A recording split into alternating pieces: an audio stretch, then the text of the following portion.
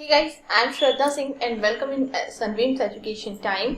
और आज की जो हमारी टॉपिक है वो है respiratory system, specially respiration in humans.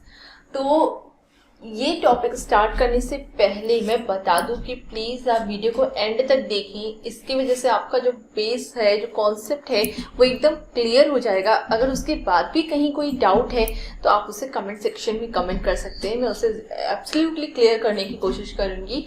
And जितना हो सके, अगर आपको वीडियो पसंद आए एंड आपका कॉन्सेप्ट क्लियर हो जाए तो उसे ज़रूर लाइक करें, शेयर करें एंड बेल आइकॉन को प्रेस करके सब्सक्राइब ज़रूर कर लें, ताकि हर इंफॉर्मेटिव वीडियोस या जो भी टॉपिक्स हैं बायोलॉजी की या अदर, वो आप तक सबसे पहले एंड ईजिली पहुंच सकें। तो चलिए फिर स्टार्ट करते हैं अपनी वीडियो रेस्पिरेटरी सिस्टम। तो आप जैसे यहाँ देख सकते हैं कि मैंने यहाँ पे डायग्राम रेस्पिरेटरी सिस्टम का ड्रॉ करके रखा है एंड होप सो आपको समझ में आएगा। तो हम स्टार्ट करते हैं। फर्स्ट हम यहाँ पे इसके स्ट्रक्चर को डिफाइन करेंगे कि स्ट्रक्चर क्या है, कहाँ पे लंग्स एंड बाकी जो रेस्पिरेटरी ऑर्गन्स हैं, यूनिट्स हैं, वो कहाँ कहाँ एसोसिएटेड होते हैं, कहाँ कहाँ पाए जाते हैं, किस तरह अरेंज होते हैं। तो चलिए फिर स्टार्ट करते हैं। सबसे अगर हम आउटर उसकी बात करें, अपने फेस की बात करें, तो हमारा जो ब्रीदिंग है, रेस्पिरेशन है क्या। रेस्पिरेशन अगर हिंदी में बहुत ही इजीली बोले तो सांस लेना एंड सांस को छोड़ना, श्वसन जिसे बोलते हैं हिंदी में, सांस लेना एंड सांस छोड़ना, breathe in and breathe out. But breathe in and breathe out में बेसिकली होता क्या है, गैस एक्सचेंज होता है। किन गैसों का? Oxygen and carbon dioxide, O2 and CO2 gas जो है उनका एक्सचेंज होता है। हम क्या करते हैं, हम ऑक्सीजन को लेते हैं, यानी breathe in oxygen and breathe out के टाइम क्या करते हैं, जो हमारी बॉडी का कार्बन डाइऑक्साइड है CO2 से एनवायरनमेंट में हम रिलीज कर देते हैं, छोड़ देते हैं। यानी शरीर से हम कार्बन डाइऑक्साइड बाहर निकालते हैं एंड एनवायरनमेंट से हम जो हमारा O2 है, ऑक्सीजन, उसे अपनी बॉडी के अंदर लेते हैं। तो बेसिकली जो बेसिक यूनिट होता है वो गैस एक्सचेंज का होता है रेस्पिरेशन में। एंड अगर हम बात करें कि कौन कौन से ऑर्गन्स ये रेस्पिरेशन वाला वर्क करते हैं, तो वो ये हैं। फर्स्ट रेस्पिरेशन स्टार्ट कहाँ से होता है? नोज। ये नोज से। नोज में क्या होता है, जो नोज होल्स होते हैं उसे बोलते हैं नॉस्ट्रल्स। तो नॉस्ट्रल्स से स्टार्ट होता है। हम यहाँ से एयर को अंदर लेते हैं एंड नॉस्ट्रल के थ्रू, एंड यहाँ पे नॉस्ट्रल के थ्रू हमने ब्रीथ इन किया। यहाँ पे इस एरिया में हमारा नोजल कैविटी होता है। फेस के अंदर इस एरिया में यहाँ नोजल कैविटी होता है एंड नोजल कैविटी में आप देखते हैं जब भी आप ब्रीथ इन करते हैं, आपके जो नॉस्ट्रल्स है उसमें क्या होता है, नोजल कैविटी में छोटे छोटे हेयर्स होते हैं। बिकॉज जो भी आप हवा ले रहे हैं उसमें अगर कोई डस्ट पार्टिकल्स है, जर्म्स है, तो वो एयर जो हेयर्स हैं उसमें जा कर के फंस जाए और वो वहीं रह जाए एंड आपकी काफ़ी हद तक क्लीन एयर अंदर जाती है बॉडी के। तो नॉस्ट्रल्स के थ्रू हम एयर को अंदर लेते हैं, ऑक्सीजन वाले, एंड उसके बाद नोजल कैविटी में पहुंचता है। यहाँ पे आपको 3 डॉट्स दिख रहे होंगे, इसको बोलते हैं साइनस। साइनस क्या है? एक हॉलो स्पेस है, खाली जगह है, और वो खाली जगह आपके हेड में एंड आपके नोजल एरिया में पाए जाते हैं, जो कि आपके जो ब्रेन है, जो हेड है, हेड से नोजल नाक तक की एरिया को कनेक्ट भी करते हैं। एंड ये हॉलो स्पेस एयर को जाने के लिए है एंड यहाँ से ये वोकल कॉर्ड को भी हेल्प करते हैं आवाज़ को निकालने में। तो ये है साइनस। नेक्स्ट, जब भी आप अक्सर सुनते हैं कि डॉक्टर्स बोलते हैं आपको प्रॉब्लम होती है, ब्रीदिंग में प्रॉब्लम होती है, अक्सर हेडेक की प्रॉब्लम ज़्यादा होती है, तो बोलते हैं ना आपको साइनस की प्रॉब्लम है, मतलब कि आपको कफ जम गया है आपके फेस पे, जहाँ जो हॉलो स्पेस होता है, यानी ये वही साइनस है। कि साइनस यानी जो हमारे फेस में हॉलो स्पेस होता है वहाँ पे कफ जम जाते हैं। दैट्स वाई ज़्यादातर सफोकेशन होता है, सांस लेने में प्रॉब्लम आती है या बहुत ज़्यादा हेडेक होती है इसकी वजह से। तो ये साइनस वाली जो प्रॉब्लम है वो इसी जगह की वजह से होती है, साइनस। तो ये हो गया साइनस। नोजल कैविटी में एयर आने के बाद यहाँ पहुंचती है मूव करते हुए फेरिंग्स से बोलते हैं। फेरिंग्स वो एरिया है जो कि आपके जो आपका ओरल कैविटी है यानी मुंह के अंदर का एरिया, ये oral cavity and nozzle cavity दोनों से जो एयर आती है। अक्सर क्या होता है जब आपको कफ होता है या कभी कभी किसी किसी को आदत होती है वो ओरल कैविटी के थ्रू ब्रीथ करते हैं, सांस मुंह से लेते हैं। तो जो ओरल कैविटी के थ्रू सांस ले रहे हैं या नोजल कैविटी नॉस्ट्रल्स के थ्रू ले रहे हैं, तो वो दोनों को एक जगह जो कनेक्ट होता है उस एरिया को बोलते हैं फेरिंग्स। फेरिंग्स में आपका सांस यानी एयर भी आता है एंड फेरिंग्स में आपके ओरल कैविटी से भी एयर आता है, प्लस जो हम खाते हैं फूड बाइट ले रहे हैं वो फूड बाइट भी आता है। यहाँ पे आप बोल सकते हैं कि हमारे बाहर से जो कुछ भी हम अंदर ले रहे हैं चाहे वो फूड है या एयर, वो फेरिंग्स तक पहुंचता है। फेरिंग्स के बाद अभी क्या होता है कि फेरिंग्स में अगर पहुंच गया तो फूड पाइप में भी फूड जा सकता है या एयर जा सकता है, या फिर हमारे विंड पाइप में भी फूड आ सकता है। बट फेरिंग्स के बाद यहाँ पे जो ये आपको ब्लू कलर का स्ट्रक्चर दिख रहा है, ये फ्लैप लाइक स्ट्रक्चर होता है और इसको बोलते हैं एपिग्लॉटिस। एंड एपिग्लॉटिस वो चीज है, वो फ्लैप स्ट्रक्चर है जिसके थ्रू हमारे फेरिंग्स में जो एयर एंड फूड है तो फूड चला जाता है फूड पाइप में यानी इसोफेगस में, एंड एयर आ जाता है यहाँ नीचे यानी ट्रैकिया में। ट्रैकिया में। तो यहाँ पे क्या होता है, फेरिंग्स तक पहुंचा आपका एयर, यहाँ पे एपिग्लॉटिस के थ्रू यहाँ पे जो आपका एयर है वो छन के यानी सिर्फ एयर आपके यहाँ तक आता है, लैरिंग्स में आता है। लैरिंग्स में क्या होता है, ये लैरिंग्स ये इसको बोलते हैं, यहाँ पे बहुत से लोगों को आपने देखा ट्रायंगुलर शेप में यहाँ थोड़ी सी उभार होती है, उसको बोलते हैं लैरिंग्स। एंड लैरिंग्स में ही वोकल कार्ड होता है यानी जो साउंड हमारी बॉडी से निकलती है, आवाज निकलती है, वोकल कार्ड वो लैरिंग्स में ही लोकेटेड होता है। प्लस अगर हम नॉस्ट्रल्स की बात करें, जब एयर हमारा नाक के थ्रू अंदर जाता है ऑक्सीजनेटेड एयर, बहुत से जो डस्ट एंड जर्म्स हैं वो तो नोज हेयर के थ्रू वहाँ पे रोक दिए जाते हैं। जब एयर अंदर पास होता है, यहाँ पे एक म्यूकस ग्लैंड होता है छोटा सा, तो वो क्या होता है, वो ऐसे स्प्रे करते हैं म्यूकस को, जिससे हमारा जो एयर होता है वो थोड़ा सा वेट हो जाता है, थोड़ा सा मॉइस्ट हो जाता है, और उसके बाद वो एयर हमारे फेरिंग्स से होते हुए एपिग्लॉटिस से होते हुए लैरिंग्स में पहुंचता है। एंड लैरिंग्स के बाद ये जो आपको दिख रहा है, फूड तो चला गया आपका इसोफेगस के थ्रू ट्रैकिया में फूड पाइप में, एयर आ गया आपका लैरिंग्स के थ्रू, इसको बोलते हैं पल्मोनरी ब्रोंकस। ये जो आपको ब्लू कलर की लाइक ट्यूब लाइक स्ट्रक्चर दिख रही है, इसको बोलते हैं पल्मोनरी ब्रोंकस। तो ये पल्मोनरी ब्रोंकस में आपका एयर आता है। नेक्स्ट जो पल्मोनरी ब्रोंकस है वो आपका फर्दर डिवाइड हो जाता है 2 ब्रांचेस में, राइट एंड लेफ्ट ब्रांच में, एंड इसको बोलते हैं ब्रोंकाई।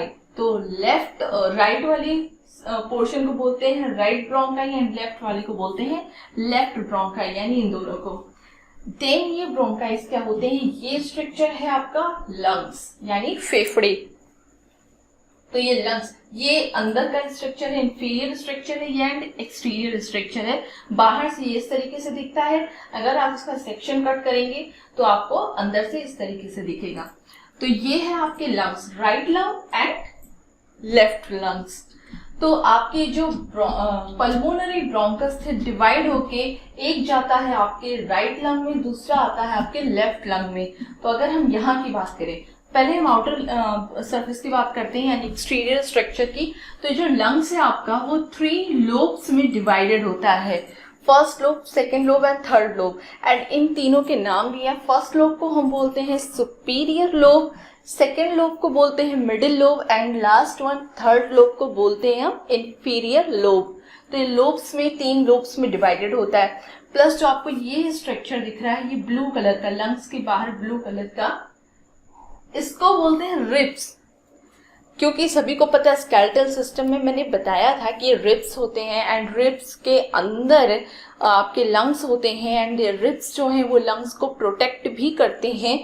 और कुछ रिब्स जो हैं, कुछ पेयर ऑफ रिब्स, वो लंग्स जब हमारा कॉन्ट्रैक्ट एंड रिलैक्स करता है, यानी कि जब breathe in and breathe out के सिस्टम में फैलता एंड सिकुड़ता है, देन वो रिब्स उसे सपोर्ट भी करते हैं इस तरीके से होने में, यानी breathe in and respiratory system में मूव करने में। तो ये रिब्स।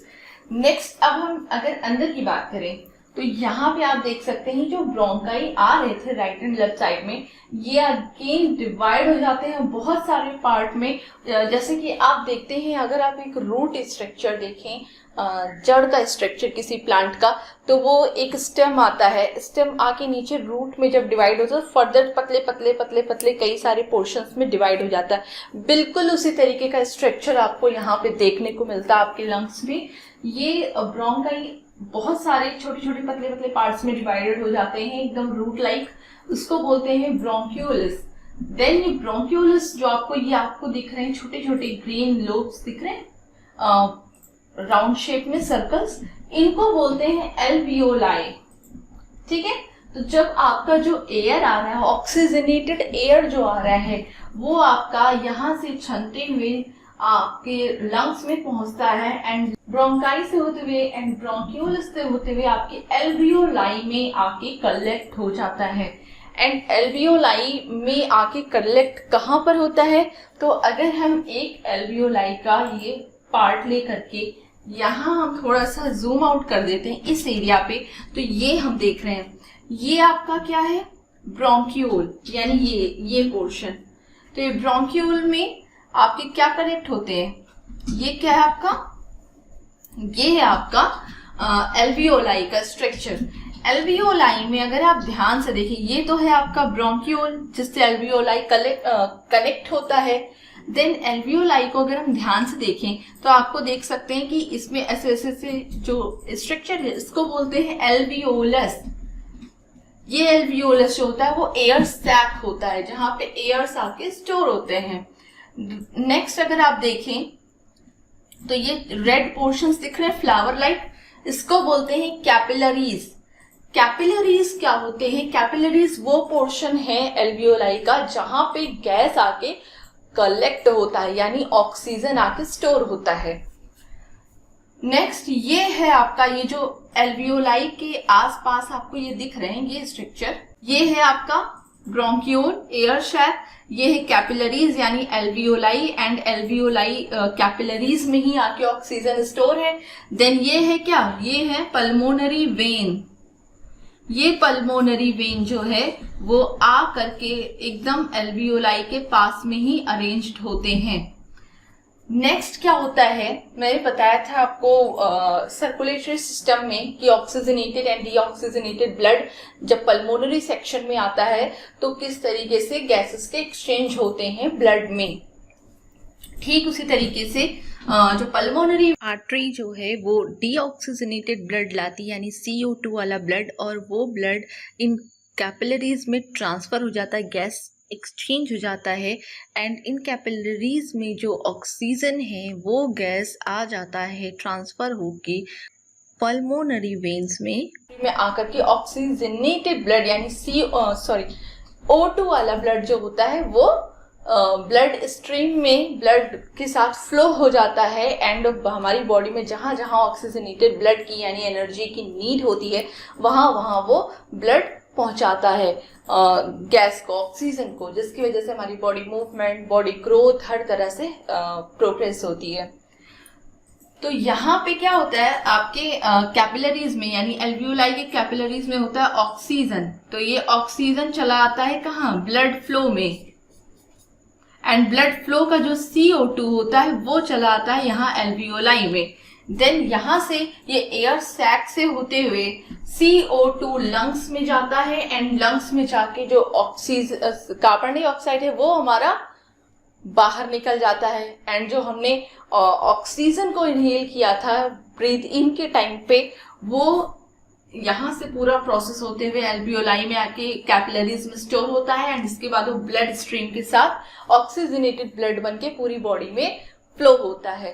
तो ये तो था डायग्राम आपके रेस्पिरेशन का या रेस्पिरेटरी सिस्टम का, कि आपका है नोस्ट्रल के थ्रू एयर आया नोजल कैविटी में, और उसके बाद आपका आया फेरिंग्स में, फेरिंग्स के बाद एक फ्लैप लाइक स्ट्रक्चर है एपिग्लॉटिस जिससे छन के वो नीचे पहुंचा लैरिंग्स में, लैरिंग्स के बाद ये विंड पाइप से होते हुए पहुंचेगा आपका कहाँ, पल्मोनरी ब्रोंकस में, एंड इसके बाद ये फर्दर डिवाइड हो जाते हैं bronchus right bronchi and left bronchi में। देन ब्रोंकाई जो होता है वो अगेन बहुत सारे उस पे डिवाइड हो जाता है जिसको बोलते हैं ब्रोंकियोलस, एंड ब्रोंकियोलस के एंड पे कई सारे अंगूर के गुच्छे लाइक छोटे छोटे डॉट्स जो हैं वो कलेक्ट होते हैं जिसको बोलते हैं एल्वियोलाई, एंड ये एल्वियोलाई ही वो स्ट्रक्चर है जिसमें बहुत सारी कैपिलरीज होती है और हर कैपिलरीज में ऑक्सीजन स्टोर होता है।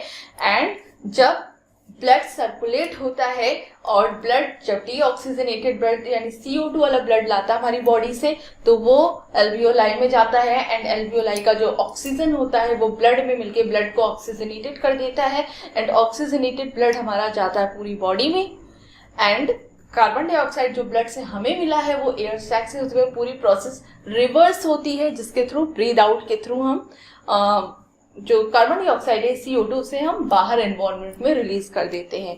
तो ये तो था रेस्पिरेटरी सिस्टम। अब हम थोड़ा सा डिटेल और जान लेते हैं कि इसका जो लंग्स का जो लेयर्स हैं उसके बारे में, एंड जो कौन कौन से प्रेशर लगते हैं ब्रीदिंग टाइम पे उसके बारे में।